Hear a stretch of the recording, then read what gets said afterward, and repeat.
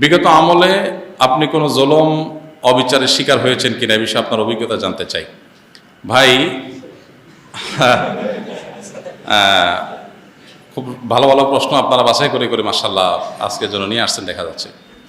দেখুন, অভিজ্ঞতা আমাদের সবারই কম বেশি তিক্ত অভিজ্ঞতা আছে। একটা সমাজ যখন করাপ্টেড হয়ে যায় তখন সমাজের কেউই ভালো থাকে না। এই নারায়ণগঞ্জের এসপির অফিসে আমাকে নিয়ে এমন অকথ্য ভাষায় গালিগালাজ করা হয়েছে, বেশি দিন আগের কথা না। এবং এই সিদ্ধিরগঞ্জ থানার ওসি ছিলেন, আমি নাম আর বললাম না, ওসি সাহেব তিনি ভালো মানুষ ছিলেন, আমার পক্ষে ছিলেন। আমি একটা মাসআলা দেওয়ার কারণে সেখানে আমাকে ডেকে নিয়ে অকথ্য গালিগালাজ, আর ওসিরে বলতেছে যে থানায় নিয়া প্লাস দিয়া হাত পায়ের নখুটে দিবা, আমার সামনে বসায় রেখা। বুঝতে পেরেছেন? খুব গর্ব করে তিনি অমুক ছাত্র রাজনীতি করতেন, গর্ব করে বলতেছেন আমি ছাত্রলীগের রাজনীতি করতাম। এই নারায়ণগঞ্জের এসপি, এই বর্তমান এসপির কথা আমি বলছি না, এর আগে যিনি ছিলেন। তো এটা আমাকে বসায় নিয়ে থ্রেট দেওয়া মাসআলা, আমি ওনাকে বললাম মাসআলা, আমার মাসআলা বলার ক্ষেত্রে কথা বলার অধিকার থাকবে আলেমদের। আপনি পুলিশ হিসেবে আপনি তো বলতে পারেন না মাসআলা আমি কোনটা বলবো কোনটা বলবো না, কোনটা সঠিক কোনটা বেঠিক, এটা তো আপনার বলার বিষয় না, তো আলেমরা বলতে পারে। তো উনি খেপে গেলেন এবং সবার সামনে যাচ্ছে তা আচরণ করলেন। কত শত অভিজ্ঞতা আছে, এগুলো তো আমি মানে সব কিছু বলার সুযোগ পাই না, আর বিশেষ করে বলতেই তো পারি না। কারণ কোনো স্ট্যাটাস আমরা লিখেছি, সেখানে দেখা গেছে যে 5টা এজেন্সি থেকে ফোন চলে আসছে, হ্যাঁ আপনি এটা কেন লিখলেন, ওইটা কেন লিখলেন, চাপাচাপি শুরু হয়ে গেছে। আমাদের ফাউন্ডেশনের সমস্ত হিসাব নিকাশ পুঙ্খানুপুঙ্খভাবে রাখার পর সেটা আবার আমরা ভালো অডিট ফার্মের মাধ্যমে অডিট করে একেবারে এমনভাবে রাখি যে তিল তিল করে আমরা হিসাব ফেসবুকে পর্যন্ত দিয়ে দেই, কোনটা কত দিয়ে কিনি সেটা পর্যন্ত আমরা দিয়ে দেই। এত কিছুর পরও দেখা গেল যে আমাদেরকে বিভিন্নভাবে নাজেহাল করার চেষ্টা করা হতো কোনো কোনো লোক। আলহামদুলিল্লাহ এর মধ্যেও প্রশাসনের উপরস্থ কিছু কিছু মানুষ পরেশান করলেও নিচু পর্যায়ের বা মাঝারি বা কোনো কোনো উপরস্থ কর্মকর্তাদের সহযোগিতাও ছিল। তাদের সহায়তা না থাকলে এতদূর আমরা আসতে পারতাম না। কিন্তু একটা বড় অংশ আমাদেরকে দৌড়ের উপর রাখতো। ইস্তেসকার নামাজের ঘোষণা দিছি, আমার বাসার নিচে দেখি যে বিভিন্ন গোয়েন্দা সংস্থার গাড়ি বোঝাই করা, মানসিকভাবে পেরেশানি। বাবা ইস্তেসকার নামাজ পড়বো, একটা নিরীহ একটা ইবাদত, আল্লাহর কাছে দোয়া করবো দেশের ভালোর জন্য। সেখানে দেখা গেল যে আমি বাসার থেকে বের হইতে না হইতে দেখি যে মানে একেবারে চারপাশে ঘিরে ধরছে, সোজা কথা। মানসিক চাপ যেটাকে বলে সেটা দিয়ে রাখা। কত কাহিনী এবং কত ঘটনা যে ঘটেছে সেটা তো বলার, জোর করে সরকারি বিভিন্ন অনুষ্ঠানে নেওয়ার জন্য। একবার একজন এডিশনাল এসপি, তার নামটা আমার মোবাইলে সেভ করা আছে, আমি নাম আর বললাম না, উনি ফোন দিয়ে বলতেছেন যে আমি অমুক। তো আমি বললাম হ্যাঁ বলেন। তো উনি বলতেছিলেন যে আমাকে সব হুজুররা কিন্তু চিনে, খুব নেগেটিভভাবে বলতেছেন, মানে হুজুরদের সব সাইজ করি আমি, আমার নাম সব হুজুরদের মুখস্থ, আপনার সাথে আমার প্রথম কথা হচ্ছে। এটা হলো শুরুতেই কথা না। এরপর কি হয়েছে বলে যে একটা অনুষ্ঠানে যাইতে হবে আপনাকে, সেখানে অমুক অমুক থাকবে, রাষ্ট্রের সবচেয়ে বড় বড় পর্যায়ের লোক তারা থাকবেন, আপনাকে যেতে হবে। কি হয়েছে সেখানে আপনাকে একটা বক্তব্য দিতে হবে। তো আমি বুঝছি যে আমাকে একটা প্ল্যান ওয়াইজ আমাকে দিয়ে একটা জিনিস করানো হবে। আমি বিভিন্নভাবে অপারগতা প্রকাশ করলাম, বলে যে রাষ্ট্রের প্রয়োজন আপনি অস্বীকার করতেছেন। হ্যাঁ আমি আমার রাইট আছে, রাষ্ট্র চাইলে আমার যেখানে সেখানে বাধ্য করতে পারে না, আমি সাধারণ নাগরিক। যাই হোক, পরে শেষ পর্যন্ত আমার সেখানে যাওয়া লাগে না আলহামদুলিল্লাহ।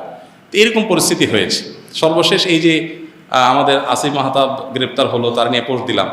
আমাকে আমার এক ভাই সোর্স তিনি বললেন যে ভাই আপনি বাসায় থাকেন না।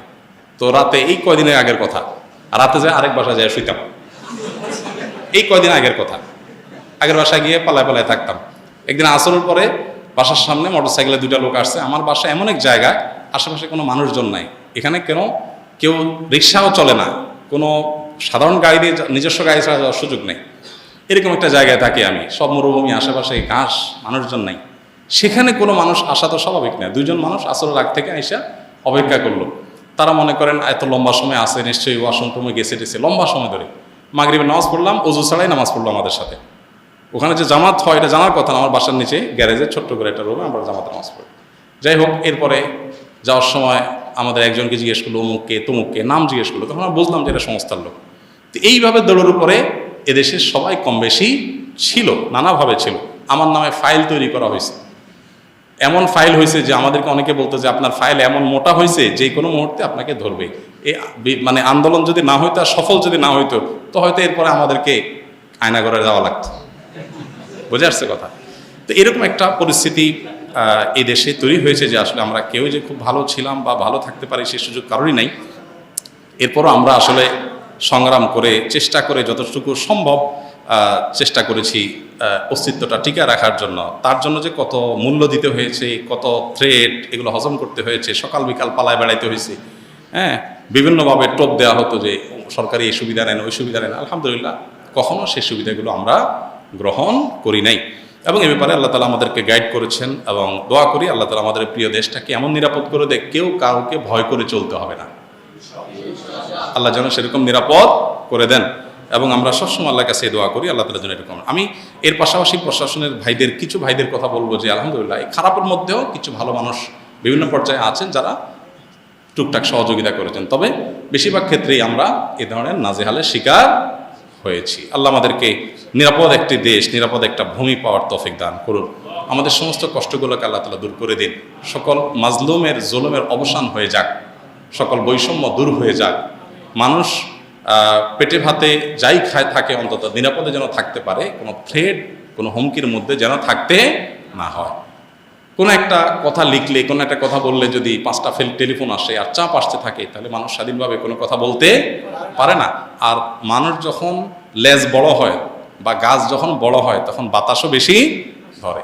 কাজ যাদের যত বেশি তাদের উপরে প্রেশারও তত বেশি আসে। আল্লাহ তাআলা এই প্রেশার মুক্তভাবে, অন্তত অন্যায়ভাবে যে প্রেশারগুলো হয় এগুলো মুক্তভাবে আল্লাহ তাআলা আমাদের সবাইকে এই প্রিয় মাতৃভূমিতে চলার তৌফিক দান করুন। আমি হানাফি মাযহাবের অনুসারী। আমার 2 মেয়ে, 1 ছেলে। আমার ছেলে মেয়েদের লেখাপড়া নিয়ে হতাশাগ্রস্ত, কারণ আমি আমার সন্তানদেরকে ইসলামিক শিক্ষা শিক্ষিত করতে চাই। এই জন্য আপনার প্রতিষ্ঠানে যোগাযোগ করেছিলাম। জানতে পারলাম আপনার প্রতিষ্ঠানে ক্লাস 4 পর্যন্ত ক্লাস চালু আছে। আমার 1 মেয়ে ক্লাস 4, একজন ক্লাস 5 এমত অবস্থায় আমার সন্তানদের। যাই হোক, অনেক লম্বা চিঠি দেখা যাচ্ছে, যাই হোক তাও পড়ে ফেলি। আমার সন্তানদেরকে আপনার প্রতিষ্ঠানের মতো অন্য কোনো ভালো মানের প্রতিষ্ঠানের জন্য দেখুন। আপনার প্রতিষ্ঠান ছেলেকে, আপনাদের অনেকেই আছেন ছোট ভাই বোন অথবা নিজের ছেলে মেয়ে, তাদেরকে কোন প্রতিষ্ঠানে পড়াবেন এটা নিয়ে আপনারা পেরেশানিতে আছেন। আমাদের প্রতিষ্ঠানে বাহির থেকে বাচ্চা নেওয়ার খুব বেশি সুযোগ নেই। 500 বেশি স্টুডেন্ট, 2 শিফটে আমাদের পড়াইতে হয়েছে এতদিন। এখন 1 শিফট করতে গিয়ে আমাদের অনেক কষ্ট, ছোট্ট জায়গা হচ্ছে না। তো আমরা আসলে বাচ্চা খুব বেশি নিতে পারি না। তারপরও নভেম্বর ডিসেম্বরে ক্লাস 4 পর্যন্ত, সামনের বছর 5 পর্যন্ত আমরা নিতে পারবো। কোয়ালিটি নিশ্চিত ধরে রাখার জন্য আমরা পরিমাণ বাড়াইতে পারি না। তো আপনার বাসা আশেপাশে কোন প্রতিষ্ঠানে দিলে ভালো হবে এটা জানার জন্য আপনি কোনো ভালো আলেমের শরণাপন্ন হন। যদি আমাদের সহযোগিতা চান তাহলে আসন্ন ফাউন্ডেশনের অফিস টাইমে যাবেন, সকাল 9টা থেকে বিকাল 5টা পর্যন্ত। শুক্রবার ছাড়া যে কোনো দিন গেলে সেখানে আলেমরা, আমাদের তৈরি করা হাতে গড়া ট্রেনিংপ্রাপ্ত আলেমরা আছেন, ওনারা ইনশাআল্লাহ আপনাকে গাইড করবেন। যদি আমার কাছে পাঠানোর প্রয়োজন মনে করে ওনারাই পাঠিয়ে দেবেন ইনশাআল্লাহ। আপনাদের সেই সহযোগিতার জন্য আসন্ন ফাউন্ডেশন সবসময় খোলা আছে। জাযাকুমুল্লাহ খের। আল্লাহ আমাদের সবাইকে কল্যাণের পথে রাখুন, আমল করার তৌফিক দান করুন। সুবহানাল্লাহ ওয়া বিহামদিহি, সুবহানাকাল্লাহুম্মা ওয়া বিহামদিকা, আশহাদু আল্লা ইলাহা ইল্লা আনতা।